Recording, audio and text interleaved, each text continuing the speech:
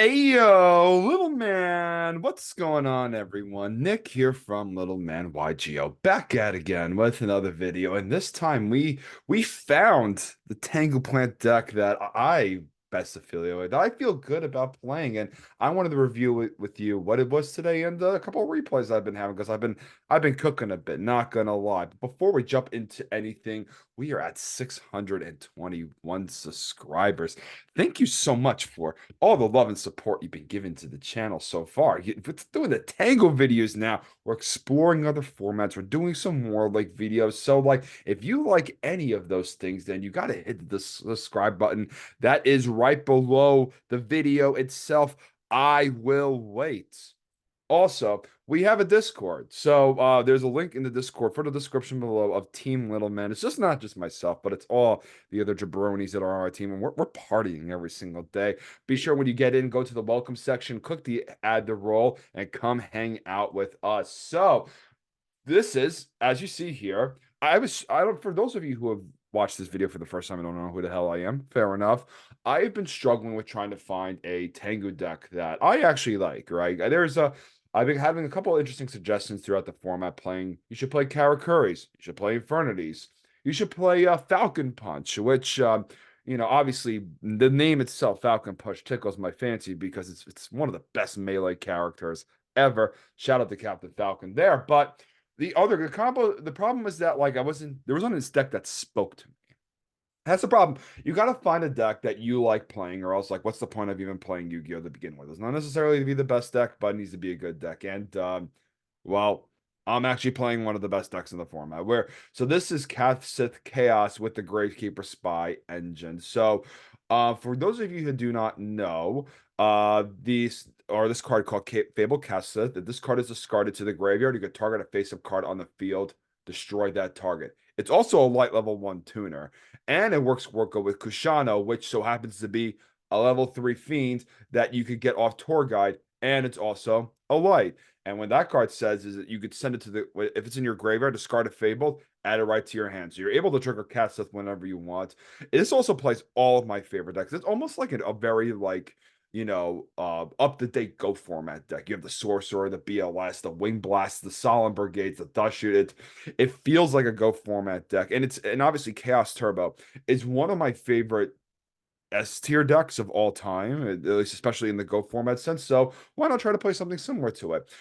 So this list right over here, obviously, if it looks familiar, it's because it is. I literally net decked a majority of the deck from Phaser Smith's channel, the I Am Nerd podcast channel. Go check out that channel. I have the link to that original video in the description below. But he was playing the Gravekeeper Spies, which obviously spoke to me because I was like, oh goddamn, like I love Spy. I love it walls everything. It gets good descended out of the deck. So good.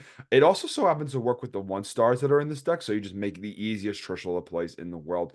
And on top of that, it also walls Thunder King, which Thunder King is one of the most oppressive cards in Tango Plant format itself. So being able to wall it and then like just overlay for like a Utopia to blow through Ryo, outs the normal summon and also puts like the light and dark in your graveyard necessary. Also, the other cool thing, we're on 5 boss monsters in the deck. We're not fucking around at all, boys. We're had the 3 sorcerers in the main deck because it had 1 BLS. What a time to be alive. God bless Tango format. The idea here is that you literally see one in any of your opening hands. And obviously, Dark Arm Dragon is not as popular in this format as in previous formats because you have BLS. But the fact of the matter is that all of your dark monsters between Tour Guide and between Spy gives you additional dark monsters, so you can load up Dark Arm pretty quickly. Also, if you need to make an 8, you can make an 8 with it, which is kind of cute. It comes up a little bit. And I'll show you in some of the replays of what that looks like. Thunder King Ryo, obviously being the best light monster, one of the best cards in the format. Can't complain there. Obviously, Wing Blast is the Giga Chad discard trap of any format. The fact that I could play Wing Blast in this deck, I think was what drew me to this deck because this is my favorite card. It's in my Chaos Turbo list, maxed out. It's in my Amaryllis list, and it beats the shit out of everybody. So between this and combination with Cats, that you're able to pop a face-up card and set them back a turn. It's the gift that keeps on giving, ladies and gentlemen. We got the Solemn Brigade, Torrential Mirror Force. Mirror Force is not as strong in this format as in prior formats, but still got to play it anyway. Double Duality, not 3. We have so many special summoning in the deck, but it is a consistency piece that we could get to Spy or the Ryo and play a simplified game. Also, you don't want I don't like the idea of playing three in a format that requires you to play three Ryle. It means this card's dead more often than not, and you don't want it to clunk with your special summons. One MST in the main, two in the side. I opted to have this split just so I have a little something for back row, but like obviously Wingbots usually take care for most of it. Reborn, my control, Heavy Storm, the one limited Book of Moon, and then Dark Hole. The side deck is fairly self-explanatory. We have the Maxi for the combo decks, Cyber Dragon for the machine decks, Leeching the Light for those pesky light decks. My goodness. The other two MSTs, three MSTs between the main and the side. No exceptions. Double bottomless, double prison for the TG decks and the aggro decks. Debunk to play against the more graveyard oriented deck in my crush because it's just awesome. Going over to the extra deck, obviously this is one of the changes here, and also one of the biggest draws to the deck is the Fabled Unicorn. So for those of you that do not know what this card does, while you and your opponent have the same number of cards in hand, negate all cards and effects activated by your opponent, and if you do, you destroy those cards. So it's more of a condition destruction than an actual activation. It is a mandatory negation, so you're able to manipulate your hands to your opponents while either discarding on their turn with Wing Blast, and sometimes when they activate a card and you have one card handed more than they do, you flip Wing Blast, discard a card, spin a card, and then this card will just negate it and discards a house. Sometimes it just like out flat out wins the game there. Fable Raging, another insane card. Fable Tuner and one non-tuner, which is like literally Cat, Sith, and Spy. That lets you draw two cards if you don't up to two cards, or lets you draw two cards, so I say. Um, Formula Synchron, just in case we mind control any of those jabronis. We make Trishula so goddamn easily in this deck. Arcanite Magician. We have so many of the 1 stars here. And also, Kashano, the 3-star with the 4-star Spellcaster and Gravekeeper Spy, means that Arcanite Magician touches down a lot. So, also have obviously the Levier, the number 17 Leviathan Dragon, and of course the great and powerful number 39 Utopia. So let's jump into some gameplay over here. So first game is against the hot single uncle. We love our hot single uncles, boys. That's gonna be me one day. Probably not. Hopefully not. Hopefully not. Hopefully not. But he lone fires out, gets Dandelion, sets warning, pass. We pick up Heavy Storm. We're going to summon out the Ryo and attempt to attack Overraid, but he warnings us anyway, taking 2,000 life points. We take that. So we set the warning, pass the turn. He sets the book and passes the turn. We draw Descendant, which is fine because now we're lighting up the light and dark. We're able to attack over everything here. And I think one of the things that you're going to notice, like within this deck, is that you're able to like really load up the pieces within your graveyard. Tour Guide, Sanguine, Attack. We have no reason not to overlay, so we're just not going to do any of that nonsense. But we have so much pressure here. The Sanguine is ultimately going to get us another Guide because we do want to go for a Levier play. BLS Tour Guide is so strong, so good. We love to see it. Uh, but yeah, as you see here, we're going to literally open up or see, there we go, another Chaos Monster, right? And then look, here's the most spiciest play in the deck. Wing Blasting, targeting the back row, chaining Scapegoats. He can't normal summon afterwards. We don't care, but we are popping the Ryo. So just to remind him, pop. And then he tries to normal summon Tango and he can't because he flips Scapegoats. But he passes the turn. So we draw into BLS there. We're just loaded with these cards. So we're summoning out Sanguine. He has 2 Tangus in the opening hand, which is sad panda for him. But he does have Avarice, so eventually he could get there. Tango summons and attacks. We take 700 going over next. And we're just like clearing tokens here. We kind of don't care. We go over the formula. Formula gets in the draw. Sets torrential passes. We pick up Spy, which is a fantastic pickup here because we're going to set ourselves up really nicely for a nice chaos play very shortly. So I believe we banished Light and Dark, summon the Sorcerer. Sorcerer that banished the Tengu. Chain Torrential there. He shows me the other Tengu, and I'm like, ouch. Ouch. But as you see here, he picks up Thunder King Ryo. So his hand is looking so strong.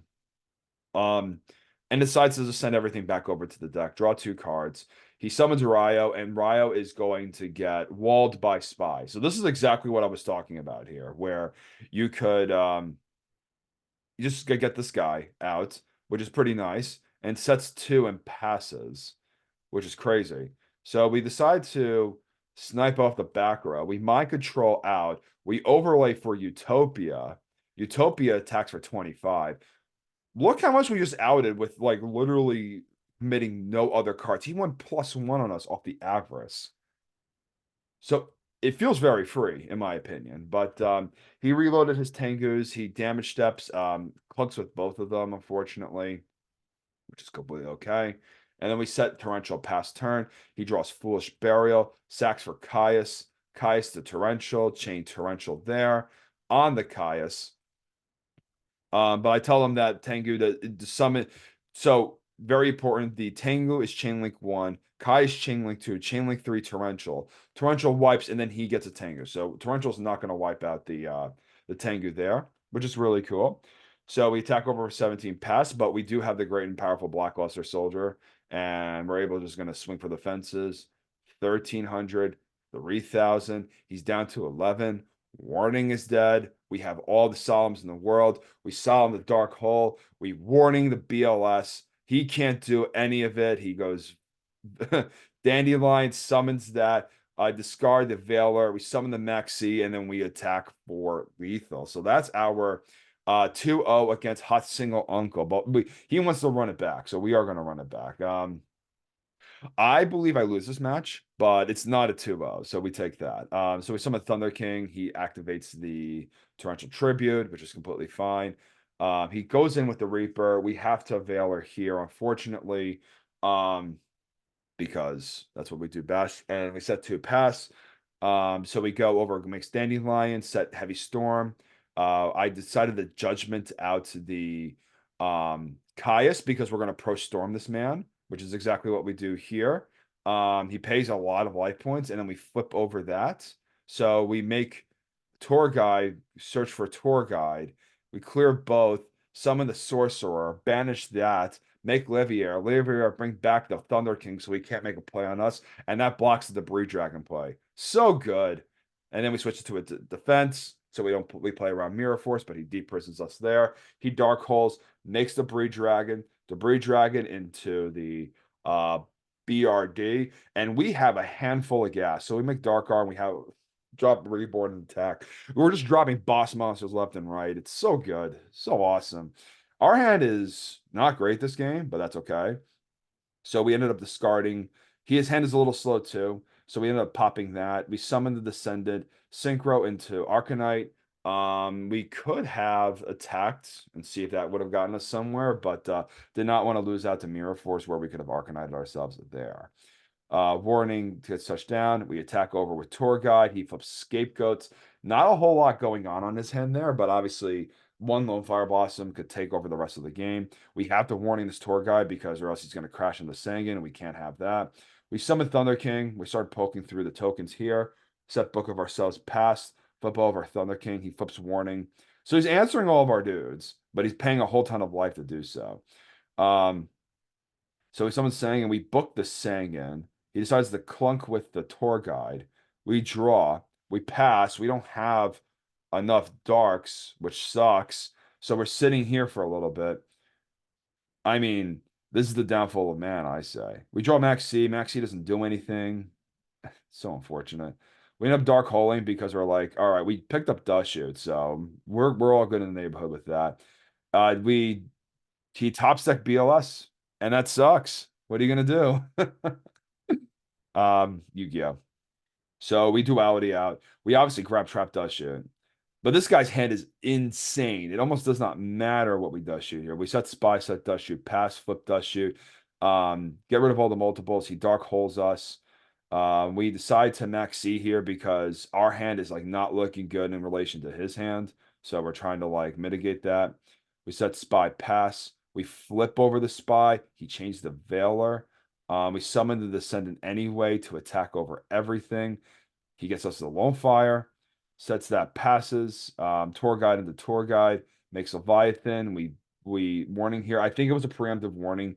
We didn't really necessarily care too much about that because, yeah, I don't know why we did that. We literally did not need to do that, but we do have Dark Arm Dragon. So we spy, flip that, go Sorcerer, banish the creature, summon attack. Normal summon the tour guy, get Kushano. Kushano gets us back that. Make Arcanite. Pop. Attack over for 18. We've all the salt, but he top decks freaking Pot of Avarice, man. So good. Hot single uncle is drawing some hot single cards. That's what I say. Oh, that was such a funny joke. I'm hilarious. Pop the Thunder King, drop the Chaos Sorcerer. He has Torrential here, and then he just has the normal summon monster. And what are you gonna do? What are you gonna do? Unfortunate series of events, but really just showing off the power of the deck. Our next match against our teammate Samuel, he's playing against TG. So like, we're gonna show you the whole spectrum of decks that I played against, man. It's all good replays, all good replays. We opened double duality, which I absolutely cannot stand, but tis Yu-Gi-Oh. Um, and then we set Spy, set Storm, pass. He goes and normal summons the dude, passes. We pro storm him. Oh, he decides to skip it up there because he doesn't have anything, I guess. Okay, okay. Sets passes. We set pass. He flips skill drain, and normal summons Barbaros. Barbaros out to the spy there. We dark hole. We summon T King. We attack. So we get to do some a little bit of damage here and there. A little bit of damage. Interesting is instead the striker. That's okay. So he has the TG1 EM1, which is the creature swap that I cannot choose, which is broken as hell. But he's able to get some nice resources there. We're just setting Veiler. We have nothing to do there, but we have to Mirror Force here because we got to do something, boys. We got to do something. We summon Descendant just to poke at him. So he's at 17. We don't have to worry about warning anymore. I decide whether to go right into Catastor. So I said, like, why not? We attack Warwolf. Warwolf chaining, and he changed the book and it flips over, and we made a big mishap there, boys. Big mishap. But that's okay. Tis Yu-Gi-Oh. Tis Yu-Gi-Oh. So we duality there. We just pass our turn, which because we have so much life, we're just going to summon this Gores onto the attack declaration of one monster. We summon that. We torrential, but we have the extenders through those monsters, through the chaos monsters. Essentially, you literally got to hold the chaos monsters until you know for a fact that they're just gonna blow them out there. We throw heavy. We Starlight Road because we have balls. It's crazy having balls. I throw them heavy in the 3-card back rows all day long. So spy, he horns out. We are going to get the other spy out of the deck. We have mind control to take the monster. Again, you see the same play happen again. It feels so free every time it does happen.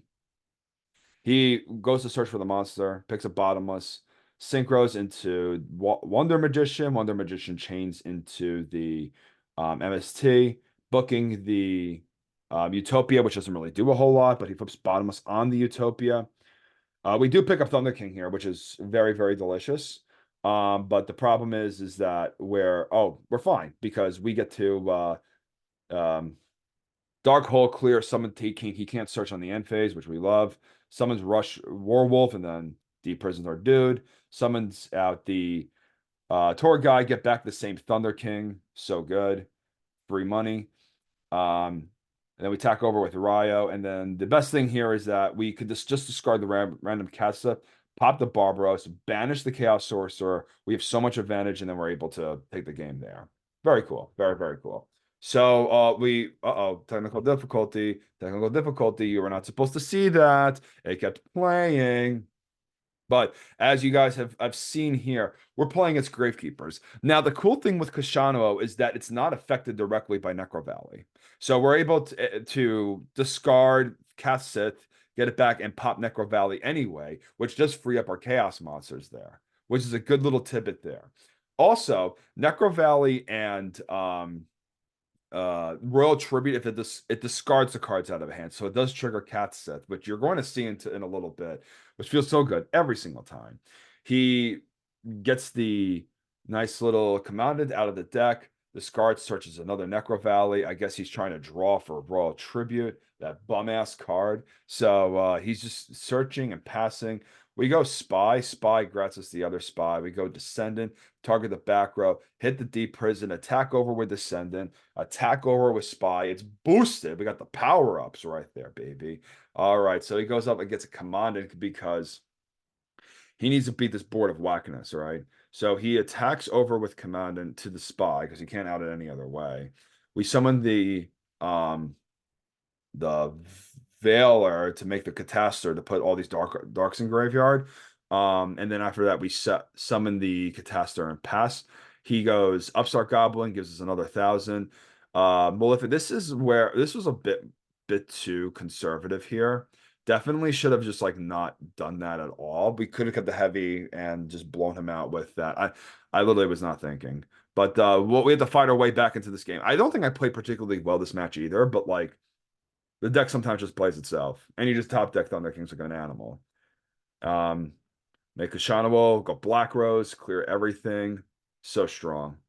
Fires on Necro Valley, no one cares. Discard Kushanowo. See, this is exactly the play. We just pop Necro Valley, summon, and we're getting to the point where it's all she wrote, boys. All she wrote. So he Ahmed 420 picks up Recruiter, and we switch to defense. He roll tribute to me.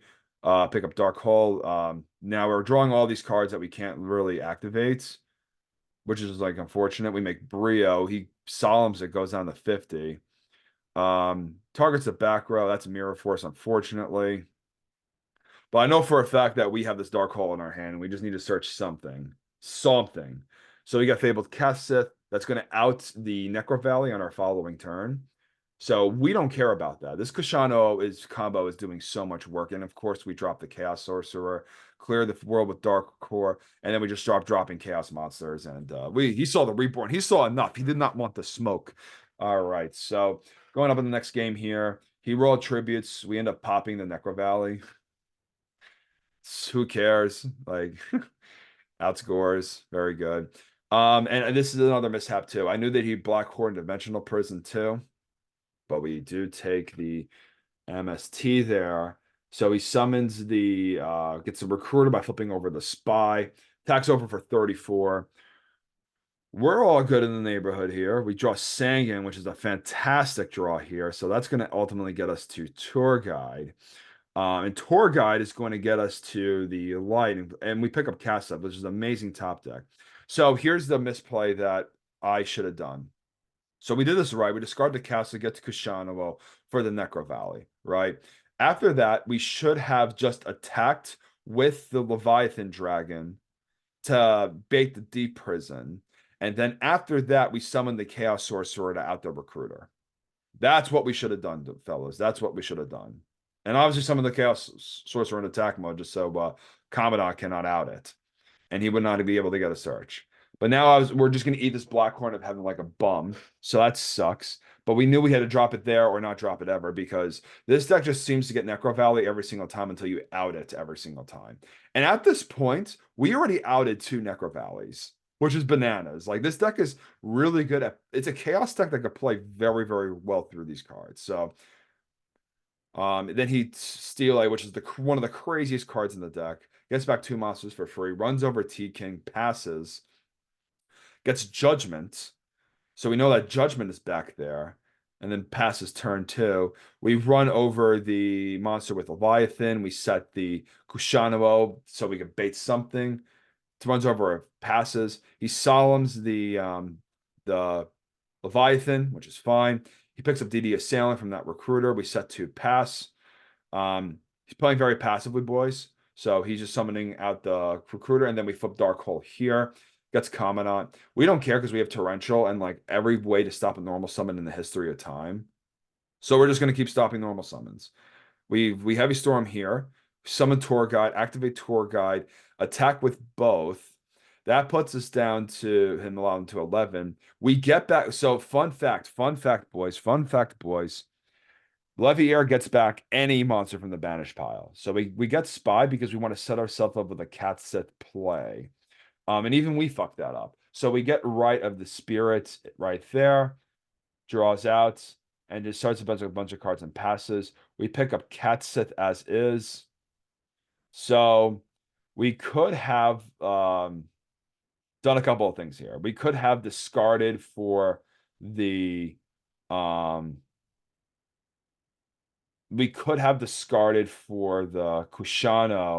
to get the 3-star back and Arcanite him. But we decided not to do that. We probably could have won this game if we Arcanited because then we would get back the other tuner, make a Scrap Dragon, because we have to trigger the right.